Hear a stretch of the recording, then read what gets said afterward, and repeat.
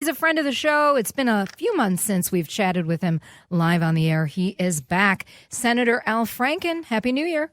Happy New Year, Roshini. It's great to have you in studio today. Great to be back. And how is it being back in the halls of the Senate and Congress? You guys went back into session on the 4th of January. Well, it's a new Congress, and we picked up some seats in the Senate, but we didn't get the majority. So come the 20th of this month, we're going to have every branch of the government basically controlled by the Republicans. So it's going to be different for me. I've only served with President Obama as president, so it'll be interesting. Put it that way. You wrote an editorial saying no matter what happens in Washington, you will always put Minnesota first and you will always fight to deliver for Minnesota. Is that going to be an easy job? No, I don't think so. I've seen a number of the nominations that he's made for cabinet secretaries, and some of them are very problematical as far as I'm concerned.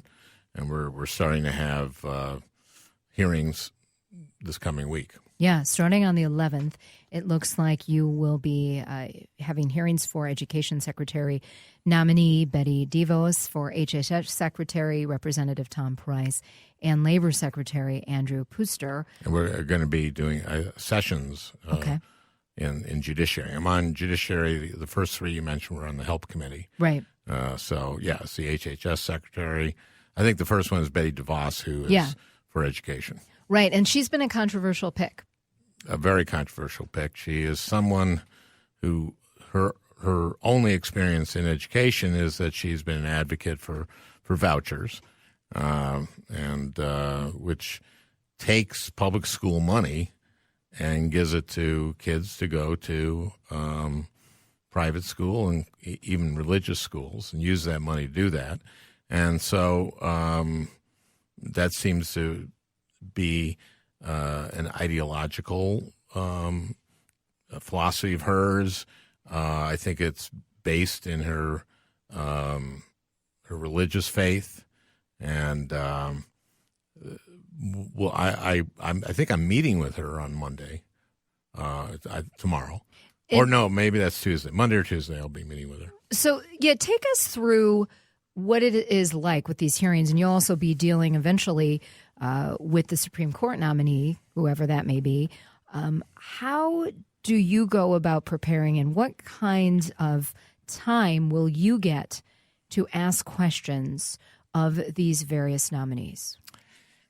Well, for example, with Sessions, who's my colleague, he's a senator from Alabama, I think we're going to be getting a full day on, I believe that's on Tuesday, and with him. So I think we get first a 10-minute questioning round, and then I think a 7-minute round, and then I don't know if it goes to a third round or not. I think if we want to, it can. And that's what I know about judiciary. I'm not sure about. I think DeVos is going to be on the education nominee is going to be on Wednesday, and we'll see. I just have had a meeting on what we're doing in judiciary. But what you do to prepare is there is a record that's created. They answer a lot of questions. You have your staff put together materials for you to read. So I've been doing a lot of reading about the nominees. Our Constitution says that the presidential nominees, with the advice of and consent of the Senate, are either put in or not. Sure. Do you see any of these nominees getting the thumbs down from the majority of you? Well, it has to. Yes, you're right. It has to be a majority of us who object, essentially, because of the change in the rules on nominations. I think there are a few that are very controversial. Certainly, Representative Price for Health and Human Services. He is someone who, in the House, has authored bills to privatize Medicare, to do block grants, which is widely seen as limiting or cutting spending in Medicaid. So I think those are controversial stances that may hurt him. I think that the Tillerson nomination, he's Secretary of State nominee. He's someone who has very, very close ties to Russia. And I know that there are a number of Republican members of the Foreign Relations Committee who that raises some hackles. In 2015, when Justin Trudeau became leader of Canada and he appointed half of his cabinet women, he was asked about that. Why is it half women? And he said, well, it's 2015. Here we are going, starting 2017, and there are only a couple female names of these Trump nominations. There's not much diversity. There's a lot of wealth among these candidates. I look at the lists, Senator Franken, and I'm not seeing what is representative of the United States of America. Does that trouble you at all? It does. It doesn't surprise me, though. And this is, elections have consequences. And this is the president-elect and soon-to-be president making these choices. I was actually surprised on the ideological tone of these. For example, Representative Price, we heard during the campaign from Donald Trump that he would not cut Social Security or Medicare, and this is a guy who Price, who as in the House of Representatives has offered pieces of legislation to do just that. Let's talk about Medicare, Medicaid, Affordable Care Act. There is, Speaker Ryan said that it would be repealed. And many Democrats, including President Obama, saying, well, hold on here. Before you repeal, we need to have some sort of replacement if there is going to be an overhaul. What is your stance on that? I know you do have an opinion. Well, I have a very strong opinion on this. I think that we should, if we're up to me, we would amend it and expand coverage on it. Again, elections have consequences, and Trump has said he was going to repeal and replace. He said he'd replace it, and this is a quote, this is how he laid it out, with something terrific. And what does that mean exactly? Well, that was kind of it. And then he later came out with some details saying that you're going to really, really like it. But there didn't seem to be much meat on the bones. And unfortunately, what we're seeing is and even though the Republicans have had really 5 years since they've been starting to try to repeal this, they've had 5 years to have a plan to replace it with, and they do not have one. Yeah, I have not seen any reports of any kind of better plan that they're going to put out there. So I'm nervous. I mean, I have health insurance. Oh, you have every reason to be but I'm nervous. nervous for all of us, really, when you're going to repeal something before there's something in place. Well, not only that, but we've had expanded Medicaid here in Minnesota. We have Minnesota Care through this now. We could see losing that, and that would affect a lot of Minnesotans. We have the highest rate of those insured, of the population insured, that we've ever had here in the both in the country and in our state, and this is going to jeopardize a lot of people's access to quality to health care. And this is even if they say, well, we'll keep it in place, that will roil the healthcare, the insurance markets, because what businesses rely on is certainty, and this will create a tremendous amount of uncertainty. And we already are seeing a couple of Republican senators, Senator Rand Paul of Kentucky and Tom Cotton of Arkansas, both from very red states, but red states that decided to take the Medicaid expansion, and they're saying, don't do this. Don't repeal without being able to replace on the same day. And that if we get those two votes, we're then at 50-50. So, I mean, we would need one more because they have the tie-breaking vote in soon-to-be Vice President Pence. I'm talking with Senator Al Franken. You can, too. We're going to take a quick break, but our phone lines will be open, 651-989-9226 or 866-989-9226. We have some text coming in. The text line, 81807. Welcome to Play It, a new podcast network featuring radio and TV personalities talking business, sports, tech, entertainment, and more. Play it at play.it.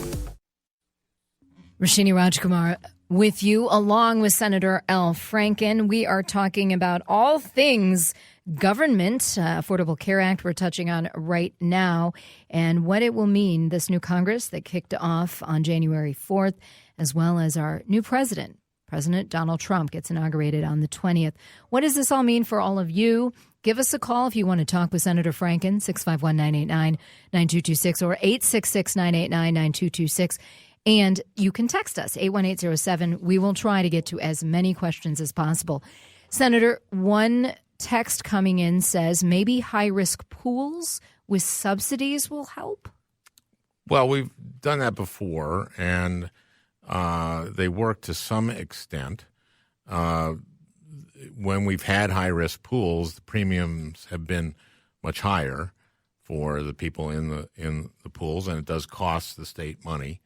But that is a potential piece of a replacement package that could go in place. The thing is that when we put this together, we did a number of things, and one was insurance companies couldn't turn you down for having a pre-existing condition, and the high-risk pools.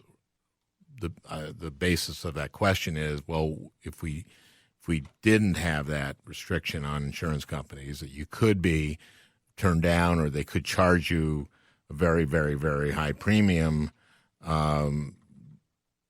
then we've eliminated that possibility of an insurance company doing that. But if they can do that, well, then we'd have to go to high-risk pools. But they haven't worked all that well, and it does mean that you will be penalized for having a pre-existing condition. Yeah, and that's been one of the hot buttons. Yeah, well, that is, I mean, the architecture of ACA is basically this. It's like a three-legged stool. The first leg of the stool is you can't be denied coverage or penalized for having a pre-existing condition. Well, if that's the case, you have to have a mandate, because if you don't have a mandate, then people can just go without insurance, and the only people until they're sick. And so the only people with insurance will be people who are sick, and therefore insurance rates would be sky high. So that doesn't work. So you have to have a mandate. And this is an idea that was put forward by the Heritage Foundation, a very conservative think tank. This is an old Republican idea. That's what Romney Care in Massachusetts is based on, this same three-legged stool. And the last leg of the stool, after you say can't be discriminated against for having a pre-existing condition, have a mandate. The third thing, if you're mandated to get an insurance policy, we have to subsidize those people who don't have enough money to pay there. And 3 out of 4 people who are on the exchanges get some kind of subsidies. Now, we've had people in Minnesota who have enough income not to get the subsidies, but who have been hit with very high rates, and even people getting subsidized have been hit with very hard rates on the exchanges. And I don't want to go into the technical reasons why this has happened. Part of it is that we've had I think that the penalties for not getting insurance may have been set too low, and I think that the subsidies may not be high enough. And there was also an undercutting of that whole insurance system, the exchanges, by the Republicans by eliminating these things called risk corridors. And I really don't want to go into it, but it basically was saying that if insurance companies get a higher risk pool than actuarially had been anticipated, they would get money back. And that basically got completely undercut by Republicans in a piece of legislation that was part of a had-to-pass legislation at the end of the year. All right, we have only a few minutes left with Senator Al Franken, so I want to get to the calls and texts coming in. Jerry is on the line in Plymouth. Hi, Jerry. Hi, Jerry. Hi, it's Kerry. But I'm glad to hear this is the first time I've heard a public official talk about, I call it reinsurance. I'd like to call it risk pools are one thing, but I think that's a weasel word that people don't understand. That reinsurance is the heart of any insurance program, and it was taken away. The Kaiser Foundation did a report on this that Rubio and several Republican henchmen took the reinsurance away, or the risk pools, so where the insurance companies are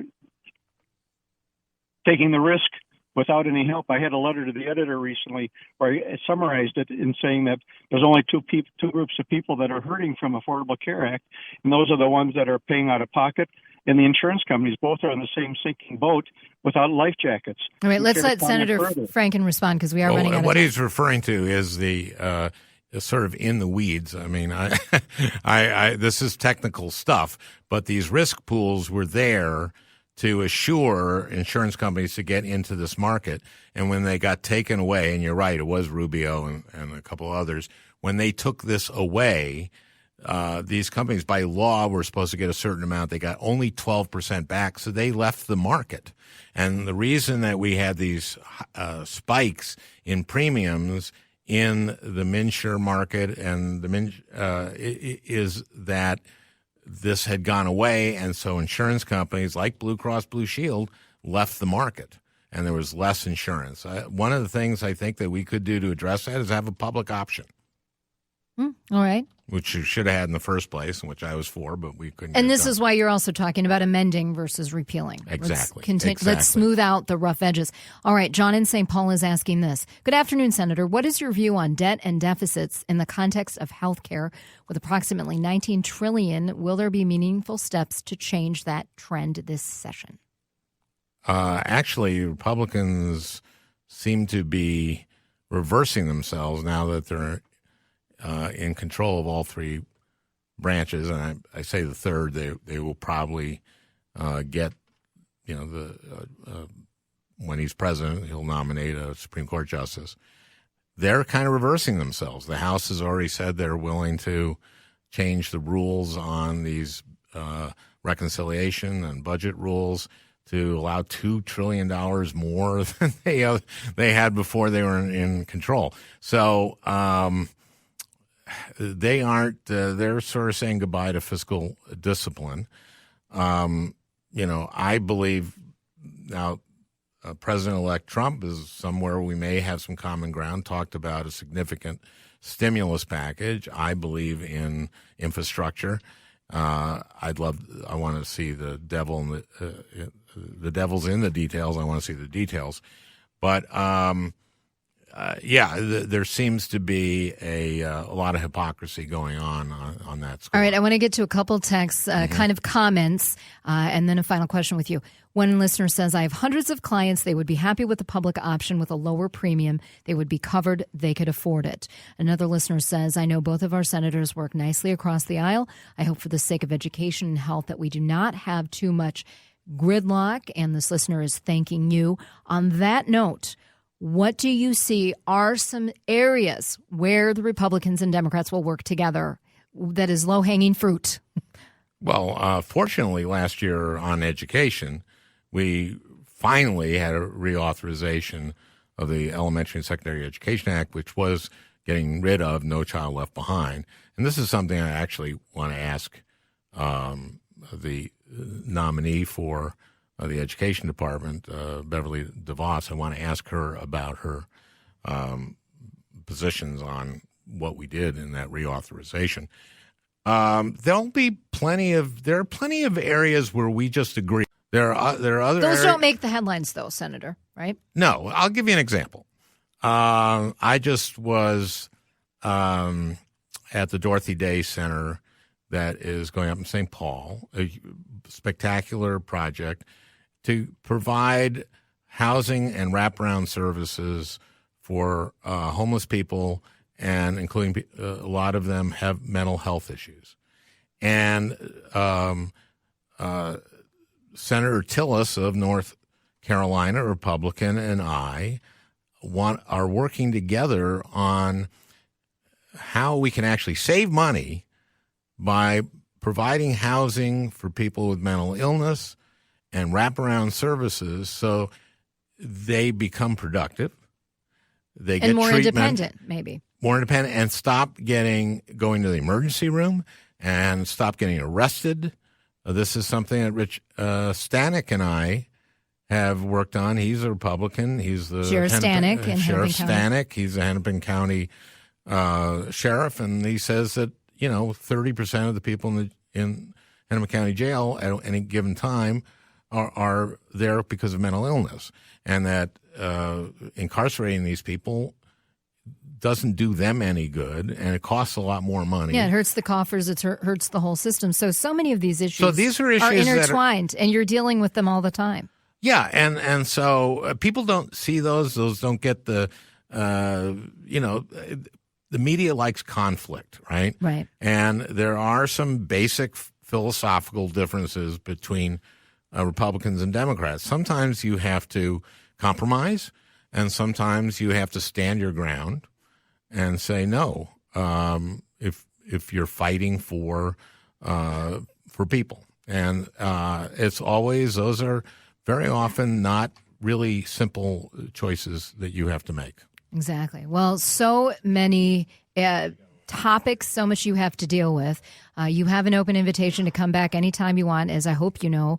We'd love to have you on to update us also. Can we wind down on a bright note? How's the family? Unbelievably great. I know you're a grandpa and you love that. I'm a grandpa 3 times over now. It has been a while since you've been in. They just keep coming. Yeah. Well, that's what happens. You have kids of a certain age and they have kids. No, we're very, very fortunate. We have 2 grandsons, 1 3.5. One is going to have his first birthday next weekend, and we have a 4-month-old granddaughter, and they're all terrific, and being a grandparent is wonderful. And we have moved from Capitol Hill, where I've been living since I became senator when I'm in Washington, to this neighborhood called Tenleytown in D.C., to be 2 blocks from my daughter and 2 of our grandchildren and her husband.